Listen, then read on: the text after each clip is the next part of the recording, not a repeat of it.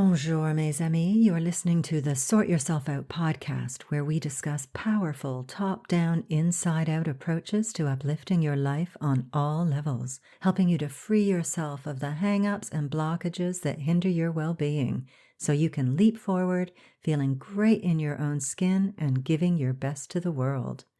Today, we're discussing how to liberate yourself from your self-sabotaging beliefs, thoughts, and behavior patterns, and I'll be sharing the techniques that I used recently when something in my life was scaring the pants off of me. I'm your host, Janine Hunt, natural health therapist for over 30 years, hypnotherapist, lifelong student, and spiritual seeker. I like to seek out the most effective practices and techniques that provide the greatest bang for my buck and the fastest route to freedom from whatever is holding us back.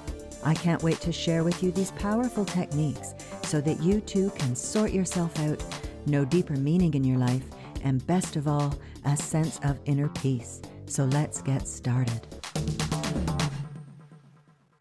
Well, hello there. I'm so pleased that you can join me today because we're continuing our discussion of the 3 phases of transformation and how you can activate them in your life. This week, we're talking about phase 2, liberating yourself from your self-sabotaging beliefs, thoughts, and behavior patterns. We've all got them. Some of them are on the surface and we're aware of them, and some are hidden in our subconscious minds. Either way, it's time to let them go, and I'm going to show you how. Okay, now I'm just going to do a quick recap of the 3 phases of transformation before we begin.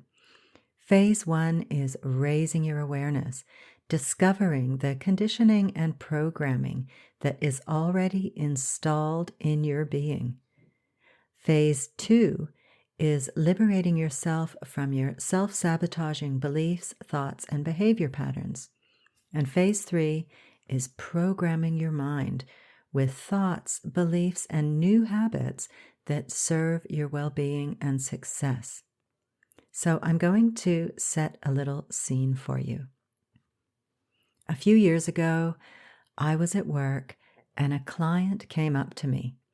She was probably in her 60s, and let's just say that she was dressed for summer. And as she approached, a little voice in my head piped up and said, "Ooh, look at all that aging flesh. No one wants to look at that. Cover it up." Now, there were a few recognitions that went on at this point. 1, I heard that voice. 2, I thought, wow, that's not a nice thing to think. Bad me. 3, I had a revelation. That thought is not mine. And in that instant, I knew exactly whose thought it was. 4, I recognized it as programming that I had received as a child. And 5, I chose not to beat myself up for having such a thought in my head, but to release that thought, to disown it, and to let it go. So those first couple of recognitions are phase 1 of the 3 phases of transformation, raising your awareness. I discussed this in depth in last week's podcast, so you might want to check that out if you haven't already. I created a really useful free guide that you can download to help you become aware of the thoughts that are floating around betwixt your ears.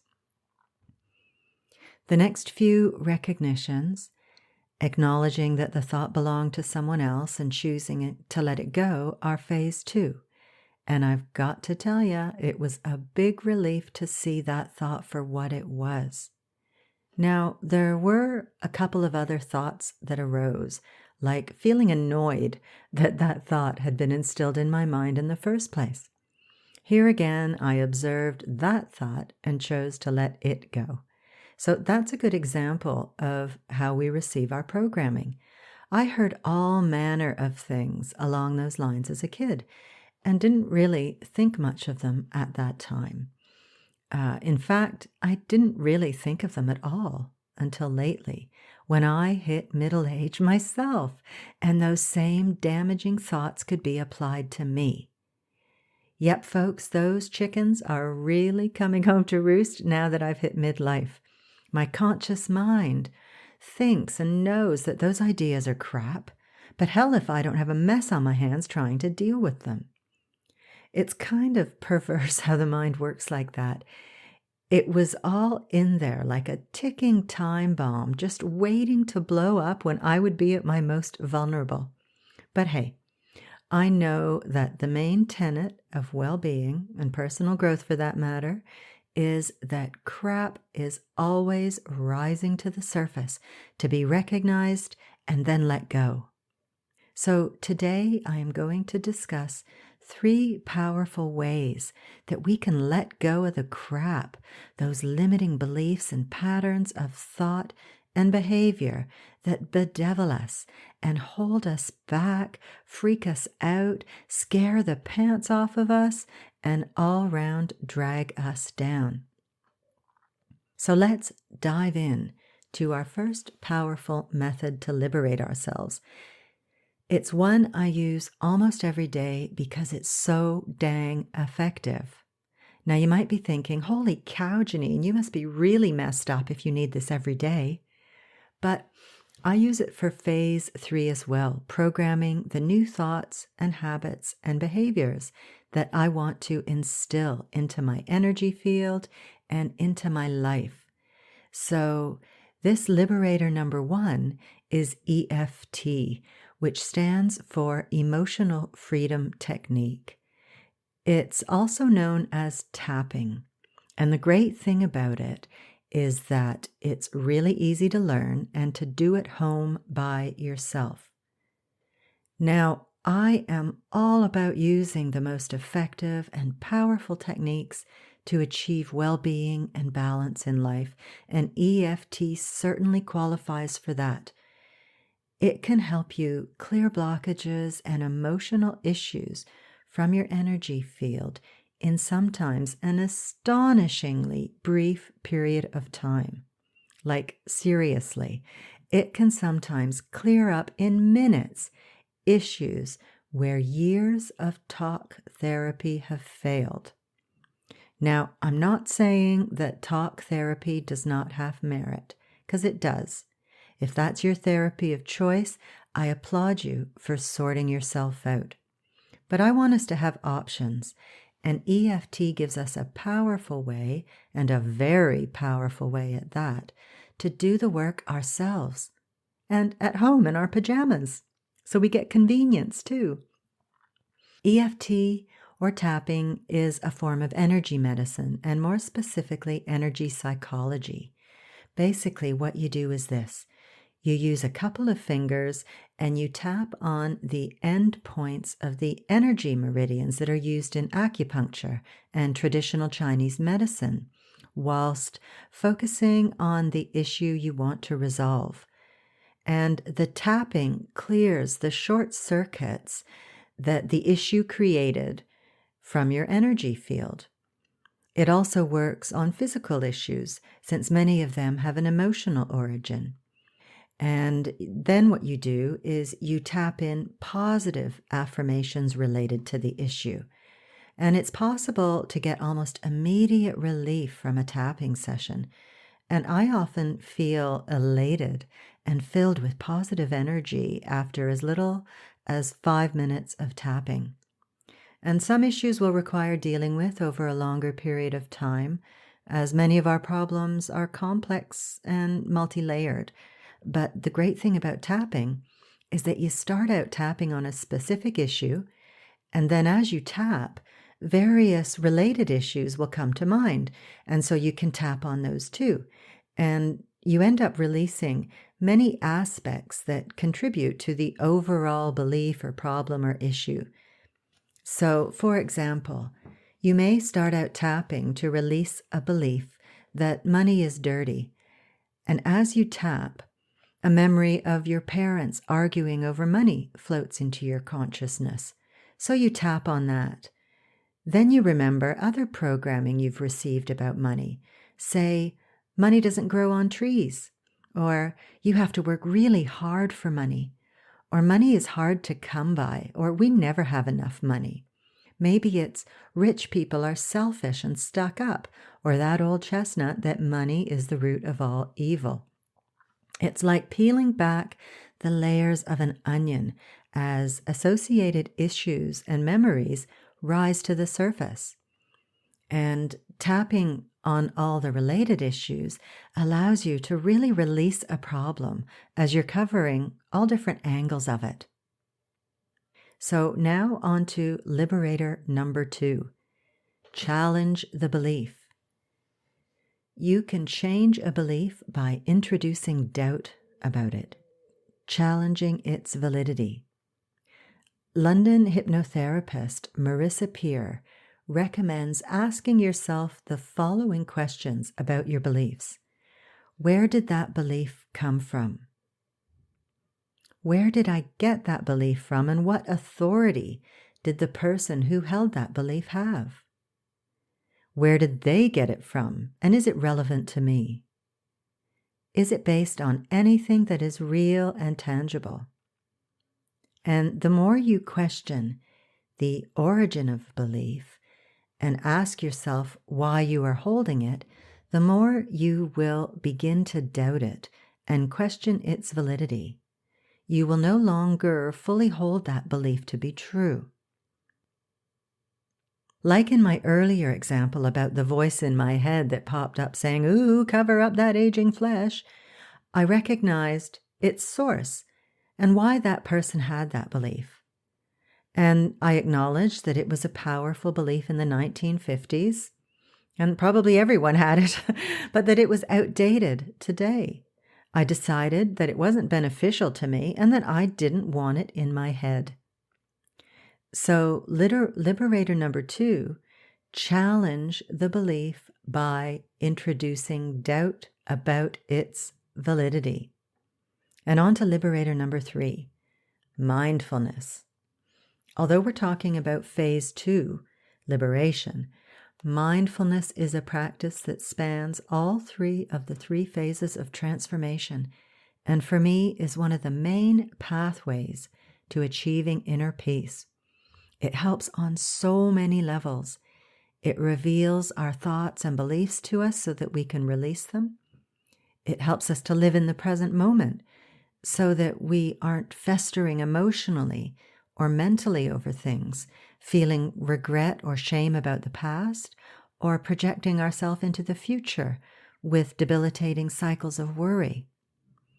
And you may be aware of the idea, and it's a biggie in the ageless wisdom, that energy follows thought.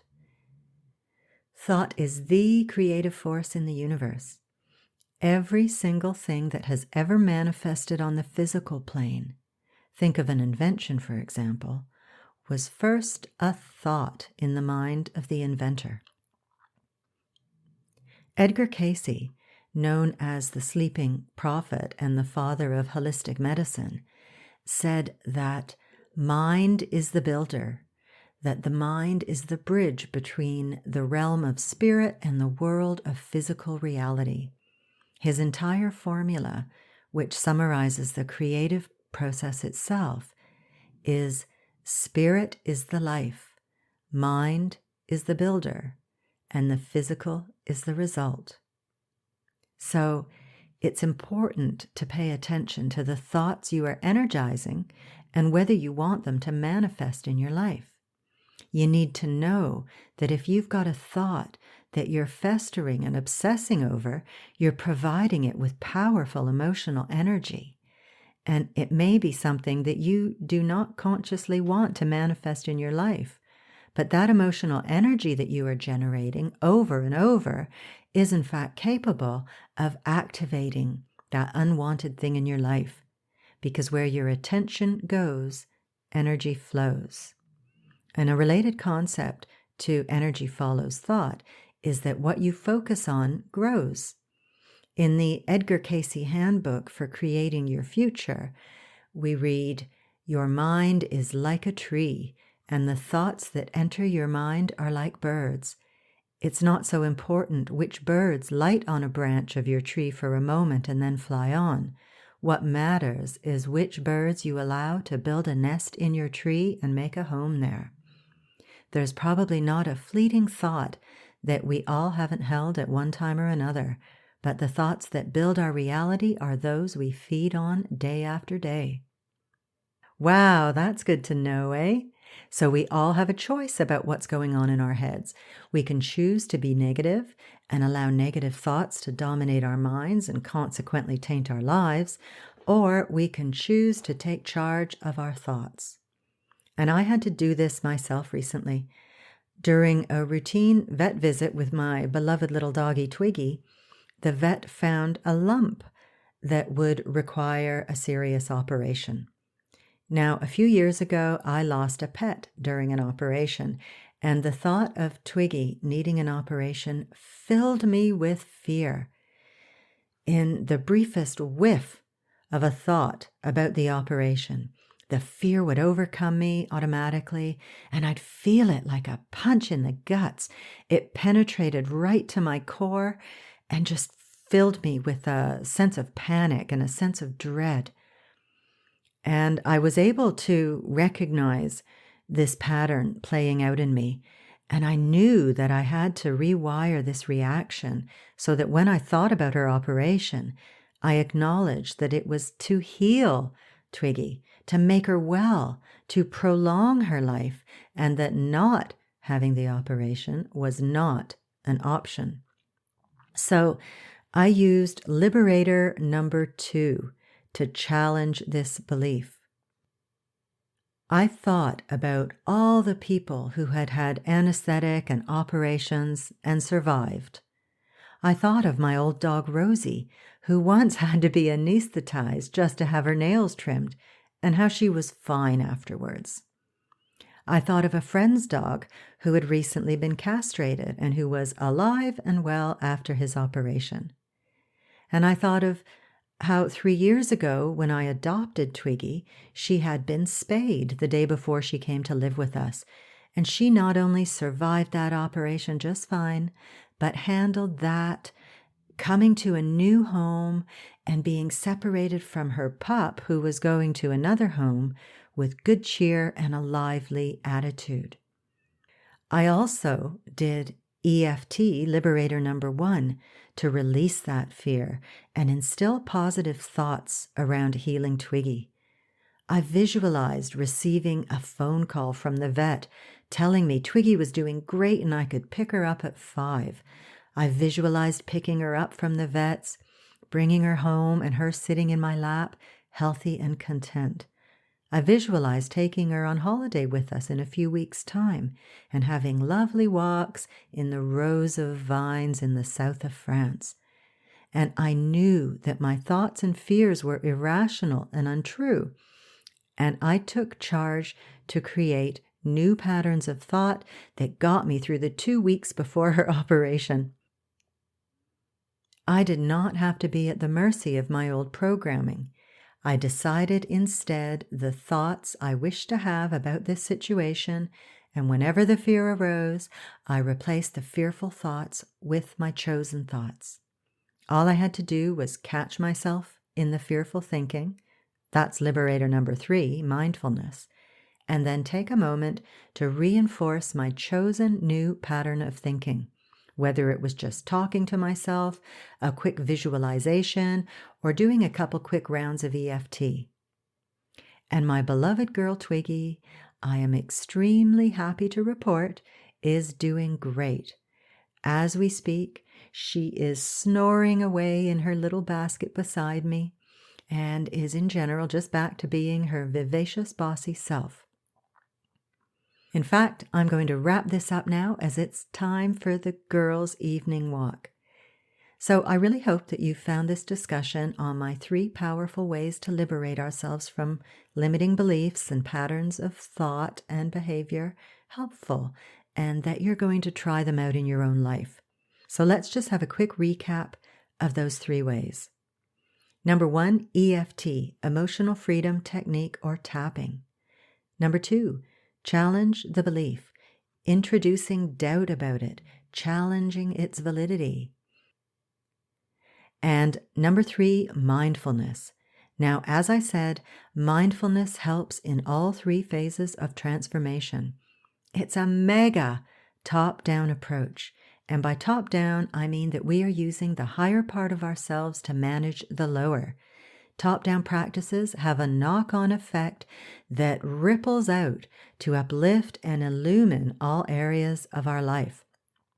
Now, I'm going to be covering in depth all of these methods of liberation in future podcasts. This stuff is my bread and butter. But to get you started now, I've created a free guided meditation you can download called the Quantum Liberation Spa, where we cleanse old, stuck energies and outmoded beliefs from all levels of your being. And get this, we restore the divine blueprint of optimal function, balance, harmony, and wholeness. Nice. And we even create a powerful anchor that you can use to access your heightened state of well-being you're experiencing in the Quantum Liberation Spa whenever and wherever you want. So I want you to put aside 20 minutes of me time and get ready to refresh and rejuvenate at the Quantum Liberation Spa. You'll see a link to this below if you're listening to this on the Inspiration Cloud, or you can access it at the inspirationcloud.com/SYO3. Now, I'm going to leave you with this lovely quote from the Buddha as it sums up the importance of mastering our minds and the thoughts we allow to take root there. Here it is. The thought manifests as the word. The word manifests as the deed. The deed develops into habit, and habit hardens into character. So watch the thought and its ways with care, and let it spring from love, born out of concern for all beings. As the shadow follows the body, as we think, so we become. Ah, that is so beautiful. Well, folks, we're off walkies now. Thank you so much for listening. Have a wonderful week, and I'll see you next time when I'll be expanding on phase 3 of the 3 phases of transformation, programming your mind for what you actually want in your life. I love that one. And I'll be offering another life-enhancing free download that will set you on the road to inner peace and greater well-being. A little teaser, I touched on it earlier, visualization. À bientôt, mes amis. See you soon. Walkies! Thanks so much for listening to this podcast. I really hope you found it helpful and full of uplifting ideas that you can put into practice in your life. And if you have, chances are your friends and family will too. So please share it with them on social media. You'll be helping them to sort themselves out, because I bet you think they need it, right? But seriously, you'll also be doing me a huge favor in return, and I will be eternally grateful and sending loving vibes your way. I would also love it if you would leave me a review on iTunes, preferably a nice one, please. And don't forget to subscribe to the podcast too. If you have any questions or would like me to address a certain topic, I'd love to hear from you. You can email me at info@theinspirationcloud.com. Have a good one, folks. Thanks again, and I'll see you next week.